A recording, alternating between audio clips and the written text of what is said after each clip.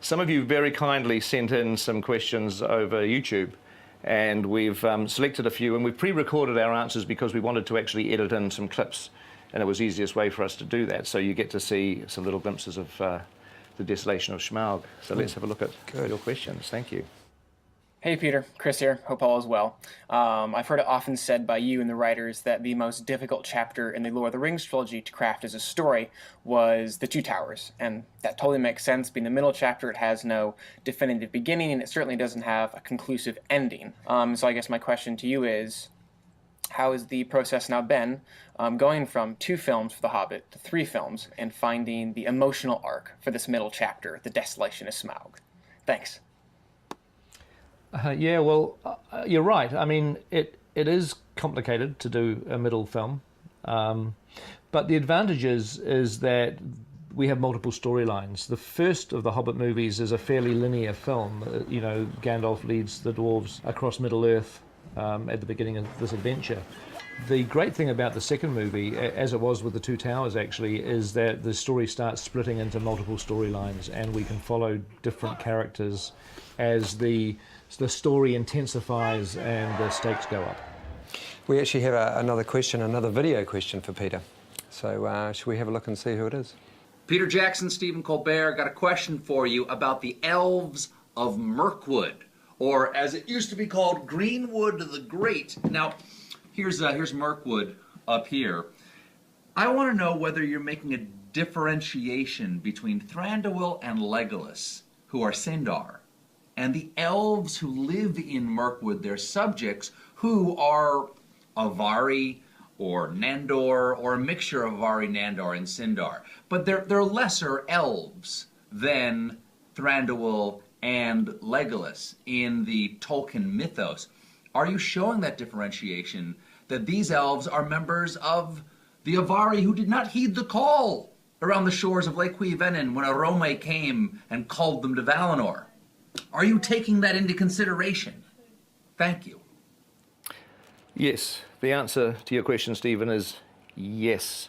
But I actually have a question for you, Stephen Colbert. Now, you were very kind to invite me onto your show last year, and anyone that appears on the show, Jabez, would you mind just handing me your mug? You know the Colbert one? Could I just borrow that for a second? Anyone that appears on the Colbert Report show gets a free mug. It is nice, but it is quite small. And when I was sitting at the table being interviewed, there was a much bigger mug sitting there. And so I just happened to walk out with the largest size mug. I don't quite know how it happened, but this is the one that was on the table. This is the one that your guests drink out of on air. Now, can you see the difference? That basically the one that you give away for free has got dishwasher-proof ink on it. The white ink stays. The one that your guests drink out of, we've had this through the dishwasher maybe once or twice, and it just washed away. So my question for you, Stephen, is that the mug that the guests drink out of, do you ever clean it? Do you ever worry about spreading germs?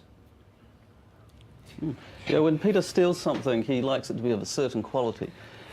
Well, I didn't steal it, Jabez. I mean, I just happened to find it in my hand when I walked out of the building onto the street. I didn't know how that happened. But it is, I mean, apart from that, it does taste quite nice, the tea. Right, even if it happens to be second-hand, perhaps. Yeah. Well, actually, we do have another special guest, another surprise guest video. So I think we should probably have a look at that, see who it is. Hello, I'm Billy Boyd. I played Peregrine Took, or Pippin, in the Lord of the Rings trilogy. So I'd like an answer to a question.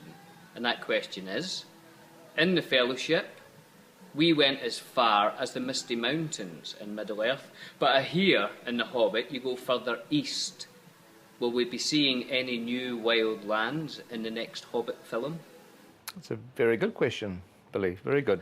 Actually, Billy, if you remember in the Fellowship of the Ring, and you should remember, it was only 10 years ago, you guys went through the Misty Mountains, you went through the Mines of Moria, you came out, and then the Fellowship headed south straight away, down the valley to Lothlorien, and then you took the Anduin River down to Amon Hen. And so you actually managed very cleverly to bypass the borders of Mirkwood entirely, which was probably a good thing. I can show you a bit of artwork.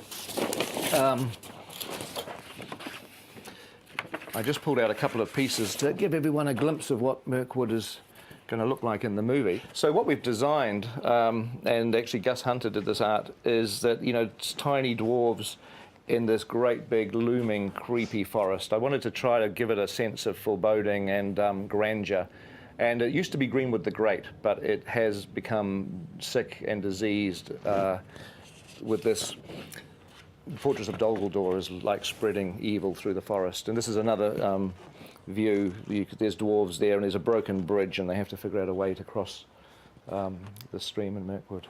So yeah, I think that's going to be it's going to be an interesting environment. One of the scarier parts of the story. Indeed. Hey, so Jed, thank you very much for Thank you, Peter. being and helping me get through this. You're welcome. Javers, thank you.